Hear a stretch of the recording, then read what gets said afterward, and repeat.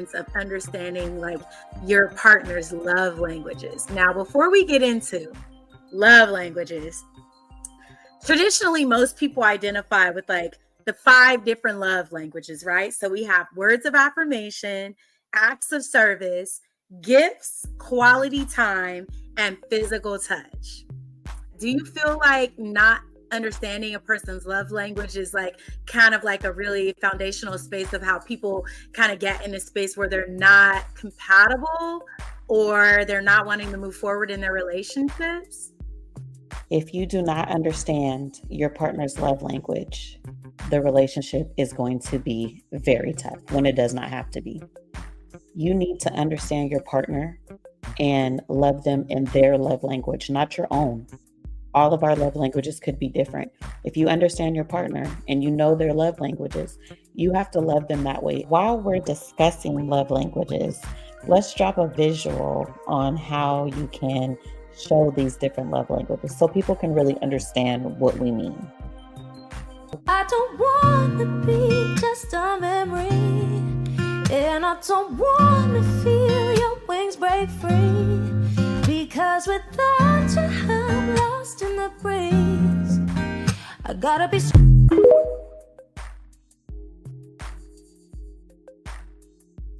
I love that because it's like a perfect representation of what we've been talking about. You see the physical touch, that skin to skin. People love that. Of course, it can make someone feel safe, comforted, after a long day.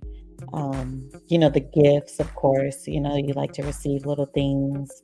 The acts of service, a foot rub can go a long way, and I'm just going to tell you fellas, a foot rub can get you, it can get you to third, fourth, and it can get you that home run, okay? You can get to third base and get that home run off a foot rub, a good foot rub. Also, the words of affirmation, speaking love and light into your partner, that was perfect. I just really think that was a great clip to show you the different ways, to show your love or to understand your partner's love language. What do you think, T? Yeah, I definitely agree. I mean, I love the visual. I'm liking the romantic music, getting you lovers in the mood. I feel like a lot more of us, if we concentrated more, like it sounds so simple, but if you think about it, if you explore your partner's love languages and you're truly loving your partner in the way that they receive love and you're exchanging that with your partner in the way, that they need to receive love, I feel like a lot of relationships, a lot of couples will be a lot more happy. I think you'll be happier with your partner. I think you'll feel more romantic with your partner. I feel like, if the relationship's getting a little old or it's getting a little stale or people are set in their ways, it can help to like sort of re-spark or reconnect or revamp your relationship. So you couples out there, if you are in a rough patch, I think communicating with your partner about your love languages and your partner's love languages and actually choosing those love languages to show them, give them those things that they need, whether it's gifts or words of affirmation or quality time or physical touch or acts of service, whatever it is, just communicating those things with your partner and showing those things to your partner and asking your partners to reciprocate those things. I think like a lot more couples will be a lot happier in relationships, not just couples, because us single people out there, you're not excluded. You can show your love languages too, and you can receive love in your love languages too. In fact, I happen to think if people show love languages before you're in a relationship, who knows? I think it gives you hope for a future relationship because you have somebody that's really attentive to your needs and your wants and your desires. And at the end of the day, that's what we all want, no matter if we're doing something that, if we're dating somebody just temporarily or we're looking for something a little bit more serious. So yeah, drop some comments for us. Let us know ways that you show your partner or somebody that you're dating, ways that you care about them or make them feel special. And on the contrary, ways that you may want to receive these things back to you. What are some of the ways that your partner or somebody that you're dating can show you that you mean something special to them? Let us know in the comments. You have to love them that way. A lot of people, we grew up hearing treat people how you want to be treated. You do, but at the same time, I like quality time. I like physical touch. Those type of things may not be what my partner likes. So because I want to spend time with them and I want to cuddle and stuff like that, they may not be a cuddler and they may not have a lot of time to spend with me. So I need to understand what is their love language. Maybe because his love language is words of affirmation and gifts and acts of service. Oh, okay. So that's why he does little things for me. That's why he's always complimenting me. That's why, he buys me things, because that's his love language. That's how he's letting me know he loves me. And when I'm letting him know I love him, because I want to cuddle or, I want to spend quality time, that's me. But I need to be understanding on their love language as well as they need to be understanding of mine. So things can flow. So you should always have that conversation, in my opinion, when you're in a relationship or you're dating, and ask someone, what are your love languages? I loved reading about love languages because it taught me a lot. And after reading about them, it was way easier to sometimes give advice to, those who came to me, or even in my own relationships. Now, I did read that quality time, if that's one of your love languages, if you're big on that, you are more destined to be single. I said, oh no, when I read it. But that's real, because this day and age, think about it. The economy it's a mess. And people these days, they need 2, 3, 4 incomes, to survive, to keep up the lifestyles they like. Some people don't, but a lot of people do, have multiple incomes. You're not going to have a lot of time to spend with someone, and that's not making you money. I need money to give you gifts or to take you places, so you're going to have time to where, if you have good time management, of course, you're going to make time for someone that you care about. But quality time, I read, that is not the best love language, because if you expect that to be, the biggest thing, you're not going to get a lot of quality time from people in this day and age. And it's crazy because I really like that one. Like, that's my favorite. But I'm really big on, also, like I said, physical touch. And I do like words of affirmation as well, because I do want someone to speak life into me, as well as I'm good on that too, because I love to speak life into my partner, my family, friends, everybody. So, I would say that those 3 are mine. Your love languages, what would you say they are if you had to list them? Give me 3, your top 3. I would probably say my top 3 are quality time, gifts, and acts of service. I think that quality time is like really important to me. But I'm also I'm a very introverted person. So I like to have a lot of my own space and a lot of my own time. And also I love having my individuality, even when I'm in a relationship, sometimes to the detriment of relationships, because I love just being my own person and not always feeling like everything that I do has to be incredibly intertwined with somebody else. Gifts is a really important one for me, and a lot of people misread gifts. So I want to be clear, a lot of times, for me, my parents, they didn't always have a lot of time. So they would sometimes buy things that were really special to me. Maybe it was in my favorite color, or it was something that I talked about for a really, really long time. So if they didn't always have the physical availability, they would oftentimes get me something really special that they knew that I really liked or knew that I really wanted. So when I became an adult and started, engaging in my relationships, gifts were really special to me, because it wasn't so much about how much a man spent, but what was the thought that he put into the gift? Did he pay attention to my interests and my likes, or things that I've been talking about, things like that. So kind of more the quality of the gift opposed to the quantity of the gift. And then acts of service, I just feel because I've been I've spent a lot of time as a single woman and grown up kind of in an independent space. I feel for a man to take that time, or even like a friend to take that time to do like something nice for me that they know that I ordinarily do for myself as an act of service for myself, to kind of like relieve me of maybe some of the tasks or the responsibilities I have, it really shows that like their thoughtfulness. And so I think that that's why those three are like my top love languages. And you're right, you said something really poignant again, which was that people need to learn how to communicate in your love languages, not just the love languages that they understand. They have to give you love in the language that you receive it in. And I've definitely been in relationships before where someone tried to communicate love to me in the love language that they normally receive, but it doesn't always translate. It's our responsibility to understand our partner's love languages and communicate love in a way that they can receive it. So have you ever been in a situation like that, like where someone's expressed that they're communicating their love languages, but it's not the love language that you're accustomed to? Yes, of course. I've had a person where, their love language was like physical touch and gifts. Now, I totally agree with what you're saying about gifts, because it's not about the monetary value of the gift. It can be something really small, but that lets me know you were thinking about me. That's what's special.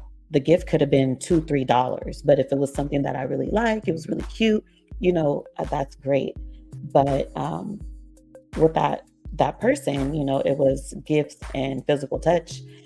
I didn't always want gifts or physical touch from that person, so it was just kind of weird, because I felt like I was kind of forced to kind of conform to what they wanted or what they liked, and I was totally I got to the point where I was uncomfortable with it. I don't want to be in a space where love makes me uncomfortable. I want us to understand each other. I want you to understand how I want to be loved, and I know how you want to be loved, so we can compromise. Like, let's meet halfway on it. Like, understand where I'm coming from. Maybe I don't always, I'm not always in the mood for physical touch. Now, that did change as I got older. Like, physical touch, did become more important to me, but at one point it was not. Like, I just used to be like, don't touch me. With that person, I didn't want to conform to that. So, like I tell people all the time, if you learn your partner, things will flow way smoother. But some people know nothing about love languages.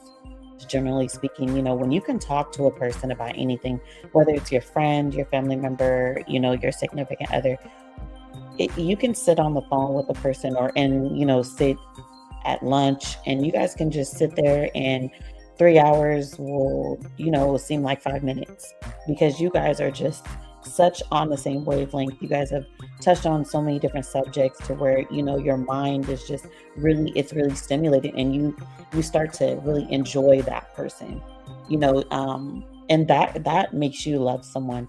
And it doesn't, and like I said, I'm not speaking just romantically. Me and you, we can sit somewhere and go have lunch. We can talk on the phone for an hour, 2 hours, 3 hours, and we'll be sitting there like, oh, friend, hey, let me go. I was supposed to be doing something. But that's because, we talk about everything, and you're supposed to be able to talk about everything. Like, if you just have those friendships, or you have those, you're dating, you have a relationship with someone, and you see the conversation is, so what are you doing? Oh, nothing. Where are you going today? Oh, to work. Oh, okay. Hope you have a good day. Yeah, you too. That's not really going to get anywhere. And even if you guys have a physical connection, it's not going to be anything of substance in the long run. You really need to be able to talk to someone, get on that same wavelength, have a real good, deep conversation about everything. You should be able to talk about current events, love, politics, religion, and I know some of those are touchy subjects, so don't get me wrong. But I think it's great to be able to talk to someone about everything and just really open your mind to new ideas and, thoughts, because you never know what someone may have to offer you until you really talk to them. So even though I am big on physical touch now and quality time, of course, I love to spend quality time, but really with an intellectual, because having my mind stimulated is way better than my body, because, I feel like the physical, it will come, because I'm so in that space to where I'm just, feeling like elated with this person. Like, I think that physical will flow. But in my personal experience, if a man, can stimulate your mind before your body, that feels like it's out of this world. With the love languages, I think also words of affirmation are important. Like I talked about, speaking life into my family and friends and stuff like that. I think it's nice, when people uplift you. In your opinion, are words of affirmation more important than, like acts of service? Or would you say kind of acts of service and words of affirmation are, maybe they're kind of neck and neck?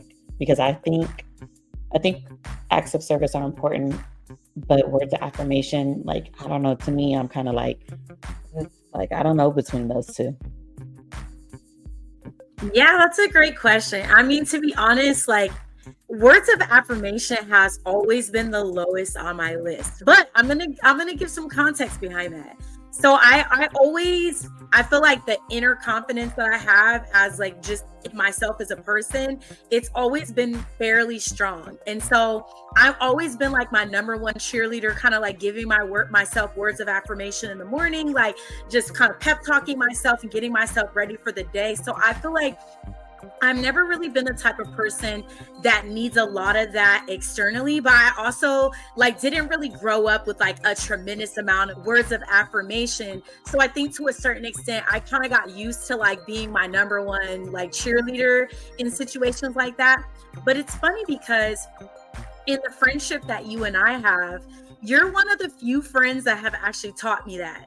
So like I am normally a person who is like very inspirational to other people, and I'm always like trying to motivate my friends and like say positive things to get them to feel and think positive things about themselves and their situations. But you have been one of my friends who has consistently, like from the moment I met you, you always kind of have a way of expressing like a warmth in a friendship. Like it doesn't matter what we're talking about, like you always bring it back to this space where there's like warmth, yes, like warmth in a friendship.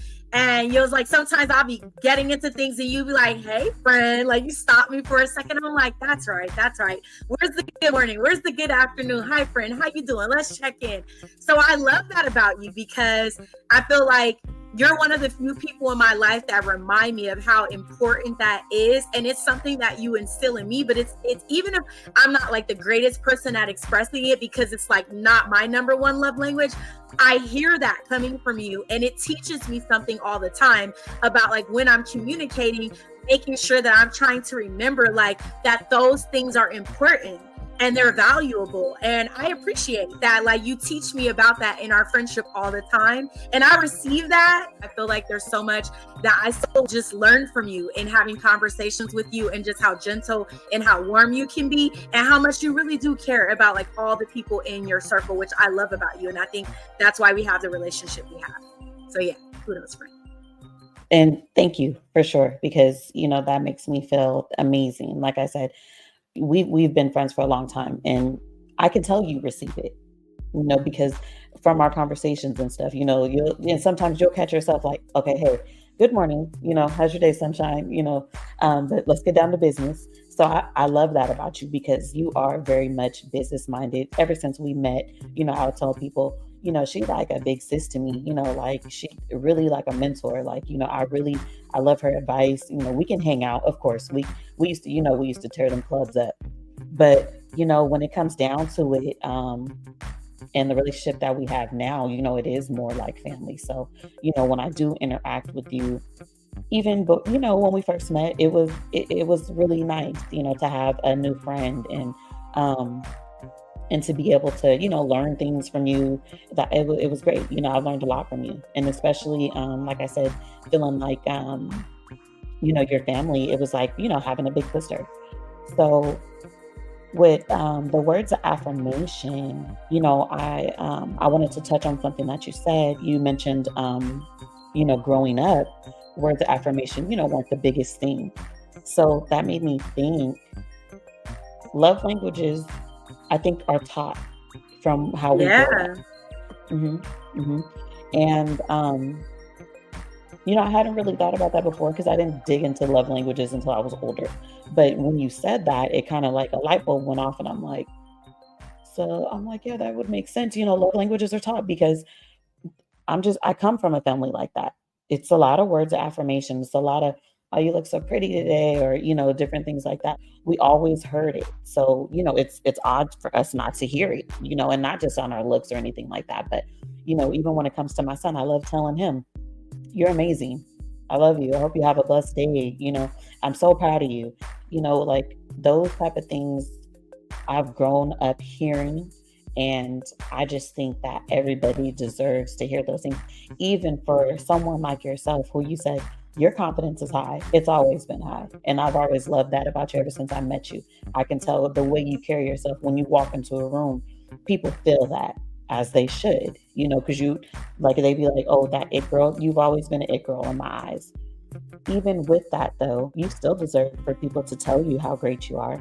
You can hear it. Like, even though you know it, you can hear it. So, I love to say, and I think we deserve words of affirmation, because you never know how something so small, by telling someone, a good thing about themselves or how you value them, that can change a person's whole day around. They may need to hear it. We talked a lot about love languages, and I think it's great, because I think a lot of people should, if they haven't already, really read into love languages. Men, women, even talking to your friends, your close family members, ask them what their love languages are. It's a really good conversation to have, even amongst your friends, because you guys might get a little chuckle and laugh at each other, like, oh, that's your love language. Oh, I like this. So, it's a good debate. It's a good conversation. Definitely look into it, though, guys. Let us know what you think. Drop some comments. Ladies, what's your love language? Fellas, let us know what yours are as well, because all your opinions are very valid. But definitely, that clip just was to show you guys, some visual representation on love language. People out there who are not in a relationship, single people, or those who, are just dating, definitely talk to the other party about their love language.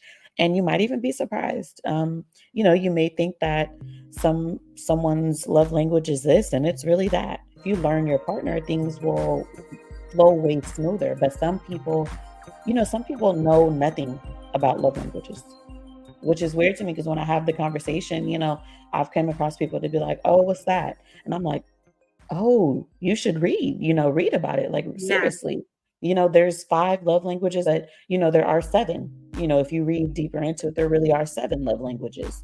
So, with the additional 2, I know we spoke on that. Tell me what's your insight on the additional 2.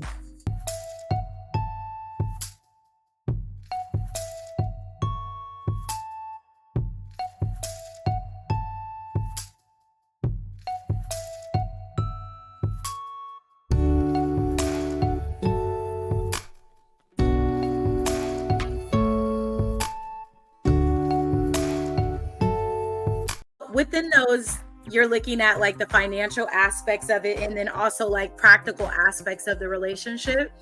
I feel like both of those things kind of surmise the type of person that I am. Like, I think that I'm completely, I think we talked about this previously, like in sort of like what was the most important from like spiritual, physical, emotional, mental. And like, I definitely feel like spiritually and mentally, like a person has to really stimulate me in order for me to be incredibly interested. Like, don't get me wrong. Like, I'm like a stickler when it comes to physical appearance. Like, if the brother is fine, or the other brother is fine, I'm probably on it. But I do think, as far as like sustaining it for the long term and having longevity, it's important to, have your mind stimulated. And for me, like having the spiritual side of myself stimulated is really important. And so if I feel like I can't be in sync with somebody kind of spiritually and we're not really like on the same mental wavelength, like I feel like the relationship will fizzle out. Like, maybe they're fun as far as like having emotional support as a friend, and maybe physically they're attractive, so they're great to look at. But I won't really try to sustain like anything meaningful if I feel like my mind isn't being stimulated, or I don't feel like we're in sync spiritually. So those things are like really important to me. And I think like looking at other aspects of those love languages, like you said, the 7 love languages, I think all of them kind of tie in together with understanding who your partner is on a like much deeper level. When you're starting off in a new relationship, to learn someone's love language and to let them know that you're interested in learning them. Also, you want them to know yours so that you guys can move forward and grow together, be happy, build this partnership. If you are dating with intent, that is. I think that those are great points. We want to definitely bridge gaps on this show. We want to bring some unity. We want to create some love and some friendship and some laughter and some happiness. So anything that you guys can do out there that's going to improve the quality of your relationships and your friendships, that's what it's all about. You're going to hear a lot more about that on our show. We want to thank you very much for tuning in to Breaking Black Podcast, and please stay tuned for more with your hosts, Tina G and Janay Michelle.